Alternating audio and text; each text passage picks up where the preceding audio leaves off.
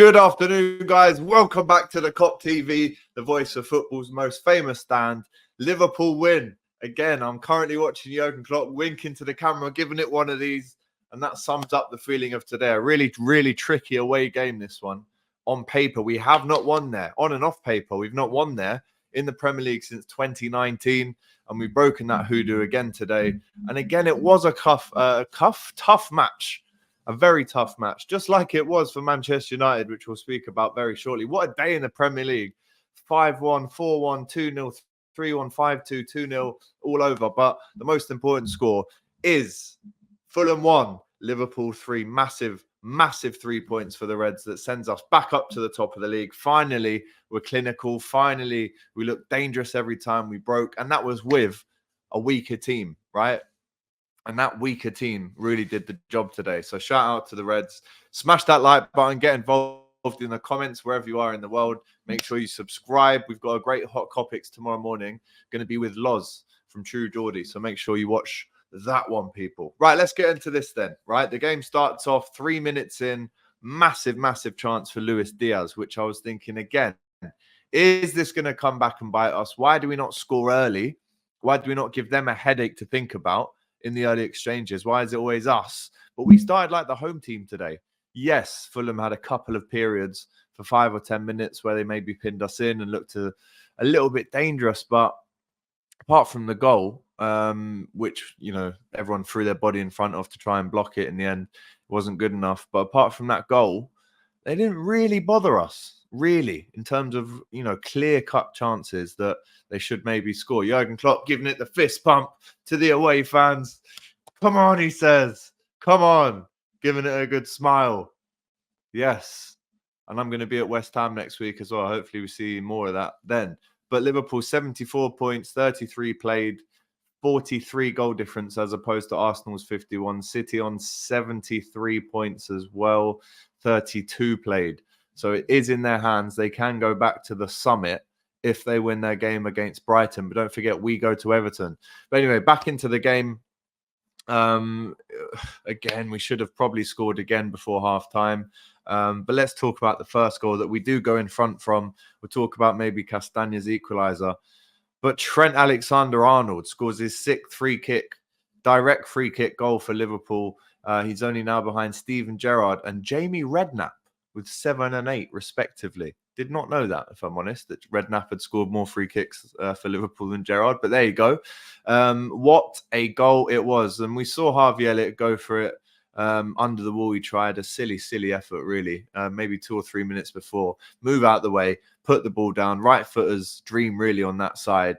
And the wall, I mean, I think it's Paulinho. If he jumps a little bit higher, he can probably reach it. But it's very similar to Coutinho's free kick against Arsenal, maybe just a little bit closer.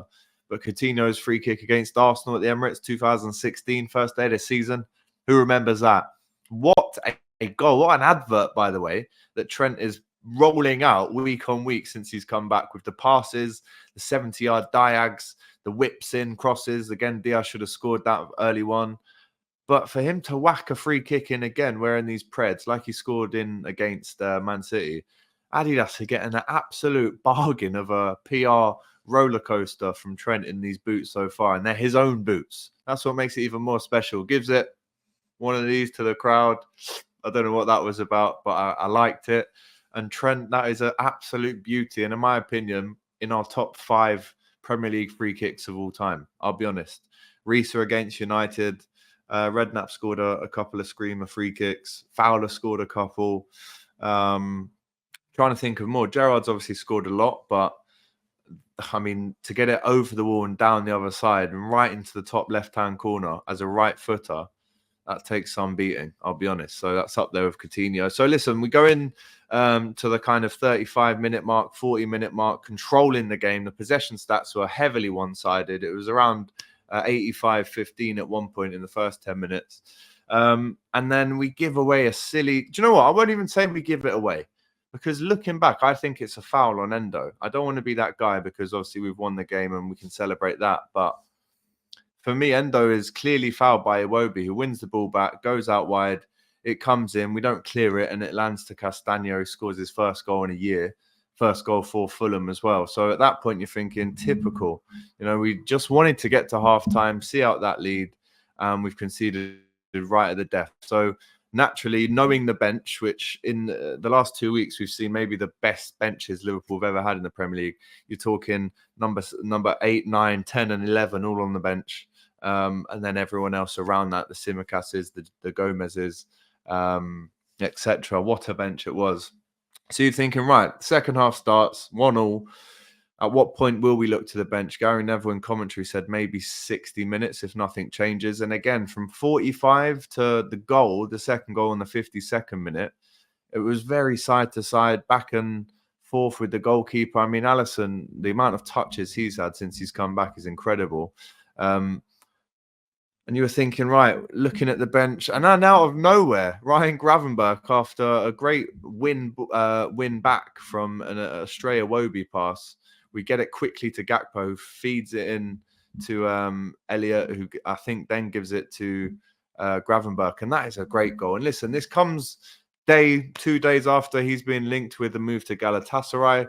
Big up Ryan Gravenberch, because that is a cool finish. He's curled it. It's clean, no deflection, posting in, and that is the kind of finish that, you know, we needed. If anything, we were languishing on the literal touchline at that moment that the goal went in. Salah, Nunez, everyone ready to come on. So that actually made Klopp say to the lads, sit down, actually. We're just going to try and see this one out. So they didn't really they got their jackets back on. They were 10 minutes away from coming on still at that point. So 2-1 up. Again, flurries. They bring on Harry Wilson in response to us bringing on Szoboszlai, Nunez and Salah. And, you know, Adama Traore came on to try and inject some pace. But the Jota goal, and this is the key for me, listen, he's been well off it the last 2 weeks. It's probably the first time in his Liverpool career that I've probably at the end of a game said, how has Jota missed that? And that was twice, the first leg and the second leg. I think he could have done better. But this has gone back to the Jota that we do know, the slaughter, right? He finds his... I mean, he was so close to being offside. I was gutted because in the moment, I was watching it so closely, the line, I thought he might have just been off a tiny bit, but he managed to hold it perfectly in the end. And that know-how to do that, but then also to keep your head down on your weaker foot, I say weaker foot like that, taking Batia almost away from goal and then chopping it at the right moment with the left foot. It's got so much spin on it, it kind of goes under Leno's arm and finds the back of the net. It trickles over. And at that point, you're thinking, right, see the game out, manage it. Think then we brought the substitutes on. Jota scored that goal and walked off instantly. So much pressure on the goal scorers' backs today, and they delivered. That's why the title of this video is finally, we were clinical. We got our chances and we took them. And Fulham, they gave us a bit, but they weren't really at the races. I do think a better, more informed Liverpool team can put maybe 2 or 3 more in. But I'm happy with that. I think you have to be. I'm really happy with that. So, listen, we go into the derby, a win today, fantastic away win. Obviously, Everton did get an away win today as well, which isn't what you want to hear going into a derby, but we did our job. Now it's over to Man City. Obviously, we play even still before them on Wednesday. But that's a big performance from Liverpool. I'm really happy with it. Everyone pretty much gets an 8. I know they gave Trent man of the match, which I'm really happy with because of the goal mainly. But he's all smiles at full time, knowing that Liverpool have done our job today on the Riverside in southwest London, and you can't really ask for much more than that. Looking at maybe things to improve on, I think there's not many, if I'm honest. Obviously, you can always not concede, which we didn't do again today. So you can look at that. But going into the derby, I think knowing that Mo Salah, Nunez have all been rested today, I think we're going to go into it absolutely firing. So, Liverpool fans, let me know in the chat how we're feeling. A quick word on Man United. That is an embarrassing performance. They are fully mudded. They are fully mudded. I can't believe that they've only scraped through on pens. And that offside is probably the cruelest offside ever. In such a big moment for Coventry. I'm absolutely gutted for them. But again, it's a City United final. Again, City will win. And again, that's another trophy that they'll have in their trophy cabinet. It's down to us to go and take this one off of them. Down to us now to go out and win every game. Everton go into it in a massive way. West Ham away next week. And then I think it's is after that Villa and then Wolves. So massive, massive, massive period. But we won. we won today, and the magical vision of Trent is back. We've got his free kicks, we've got his passes. We finally scored again from open goal for the second and the third goal.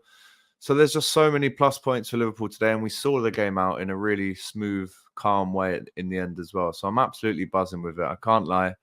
And Liverpool, we did what we needed to do, people. So smash that like button. We'll be back to dissect this even more with myself and Loz in the morning on Hot Topics, dropping around 10:30, 11. But as I watch that Trent free kick again, he knows it's in. He's already running off as soon as he's hit it. The second goal, fantastic from Ryan Gravenberch. And the third goal, Jota the slotter. Maybe, if anything, it would have been nice to see Nunez or Salah score. But there you go. We can't have it all. It's 3 points. It's a big win for Liverpool in a tough place to go to. And we go on again. And let's see who's in the comments confident right now. That's a massive win. No one really expected us. I saw it. It was quite negative in the chat after that. How are you feeling? And is this possible? Can we go on and win the Premier League? Let me know in the chat. Take care. See you in the morning. Hey guys, thanks for watching this video. If you've enjoyed this, make sure you check out the rest of the channel too. There's other stuff you'll enjoy for sure. Don't forget to like, comment, and subscribe to the Kop TV, the voice of football's most famous dads. Come on.